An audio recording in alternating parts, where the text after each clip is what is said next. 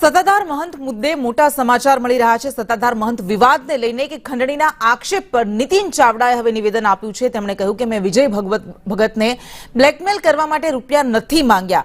વિજય ભગતના ભણતરના ખર્ચ પેટેના પૈસા જે મેં આપ્યા હતા તે મેં પાછા માંગ્યા છે। ખંડણી માંગી હોય તો હું બેંક એકાઉન્ટ નંબર ન આપું। મેં મારા બાકી રૂપિયાની ઉઘરાણી કરી છે। મારી અરજી મુદ્દે પોલીસે નિવેદન લીધું છે। વિજય ભગતે નિર્દોષ લોકોને માર્યા હતા। તમામ પુરાવા નામ અને નંબર પોલીસને આપ્યા છે। ધર્માદાના કરોડો રૂપિયા ગીતા વ્યાસને આપી દીધા છે।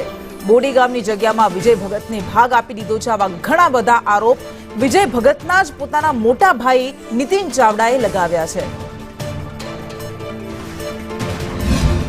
ये बात कही दूँ गई काले सत्ताधारना કોઈ પ્રતિનિધિ રૂપે મારી સામે આક્ષેપ છે કે નીતિનભાઈ પૈસા માગે છે।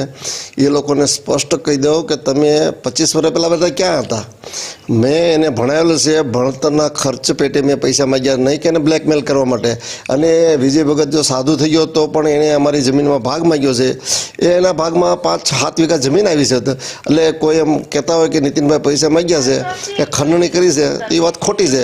અને કોઈ માણસ ખંડણી માગે એ કાંઈ બેંકનો એકાઉન્ટ નંબર ન લખે। એ સત્તાધારના કોઈ પ્રતિનિધિ હતો, કોઈ વ્યક્તિ, આપણે એને ઓળખતા નથી, નામે નહીં ખબર નથી। તો એ માટે આજે મીડિયા મારફત હું સ્પષ્ટતા કરું છું। મારા લેણા પૈસા માગું છું અને એ એમ કે મારી પાસે ખંડણી માગે।